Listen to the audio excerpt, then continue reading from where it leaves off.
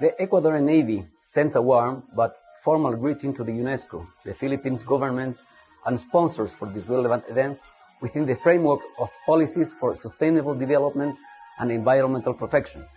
We reiterate our commitment to the Galapagos Marine Reserve, declared a World Heritage Site since 1978, and its importance was reaffirmed at the 26th Conference of the Parties to Climate Change, COP26, held in Glasgow, Scotland. We are committed to the Galapagos. Our government has declared its intention to enlarge the existing Galapagos Marine Reserve by 60,000 square kilometers, in addition to the existing 130,000. The past June 8th, on World Oceans Day, Ecuador signed an East Tropical Marine Corridor Agreement with Colombia, Costa Rica, and Panama, and at COP26, Ecuador, together with the three mentioned countries, agreed to a further commitment for the protection of the tropical East Marine Corridor. As the General Commander of the Ecuadorian Navy, I wish all of you success in this event. I know that the outcome will turn in favor of public policies that encourage us to keep improving the oceans and environmental protection standards in the world.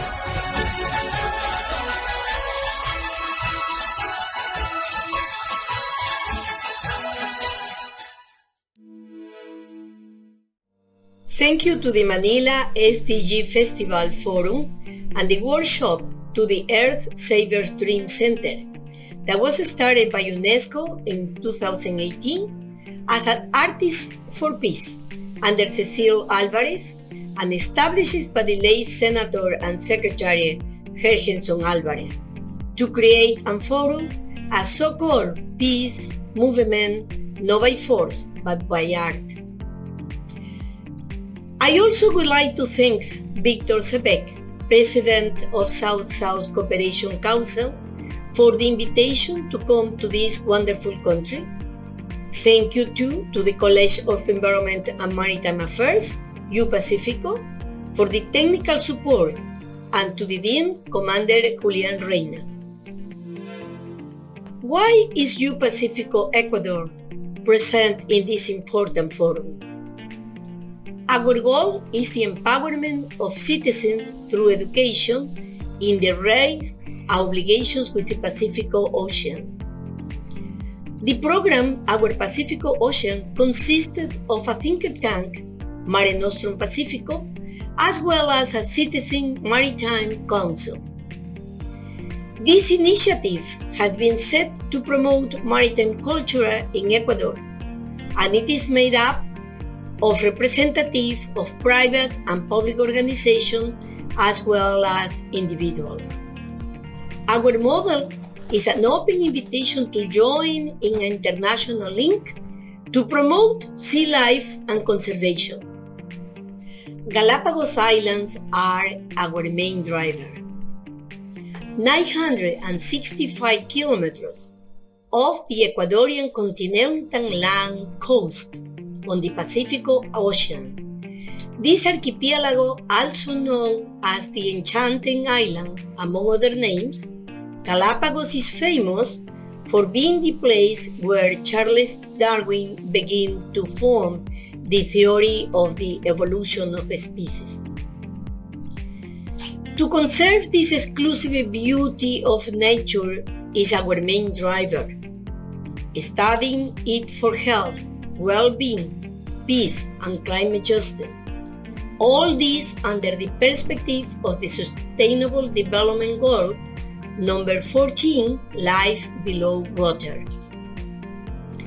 The UN Decade of Ocean Science of Sustainable Development 2021-2030, and taking advantage of the elaboration of the new UN instruments like the one for the conservation and sustainable use of marine biological diversity of areas beyond national jurisdiction. Why is the ocean our concern? the BBNJ has opened a window to make a proposal from academia to contribute to optimize governance of the high seas. With this purpose, from the University of the Pacifico and our Asian Pacifico Center, we launched a program called Our Pacific Ocean to elaborate strategies to work for the maritime culture and defense of marine resources in our country. How do we support our ideas? From academia, we support our proposals based on science and research to connect them with national and international policies and decision makers.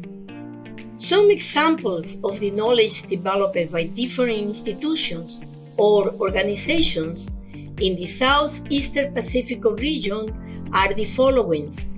The Strong High Seas Project, created in 2017, is a 5-year project that aims to strengthen regional ocean governance for the conservation and sustainable use of marine biological diversity in areas beyond national jurisdiction.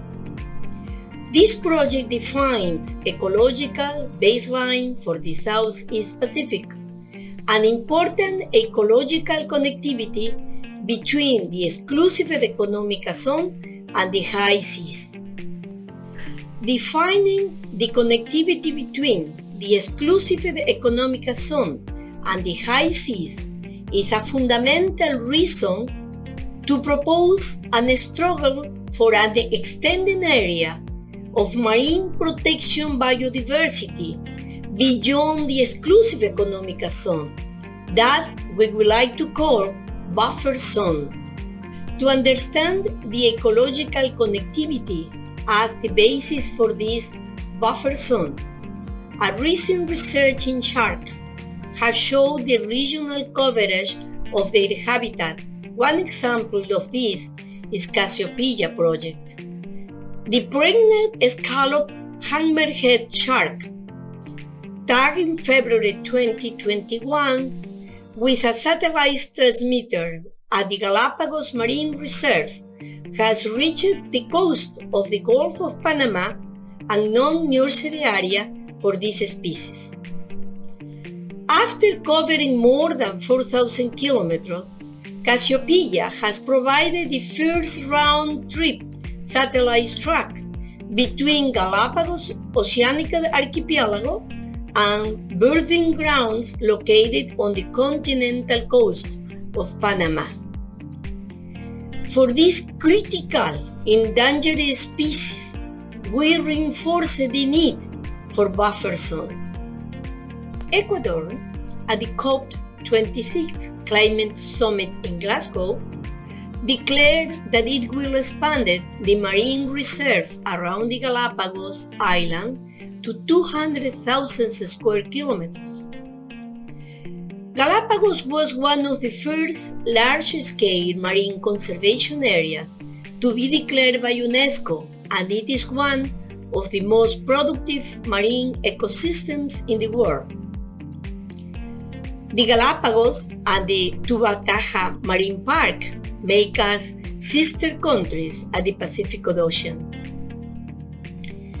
On the other hand, the presidents of Colombia, Costa Rica, Ecuador, and Panama also declared in Glasgow COP26 the protection and management migratory ways that conform the Eastern Tropical Pacific Marine Corridor, join 3 of UNESCO Natural Heritage: Malpelo in Colombia, 2006, a sanctuary of flora and fauna; Cocos in Costa Rica in 1997 as natural heritage; and Galapagos, Ecuador, 1978 as natural heritage; and Coiba Island in Panama.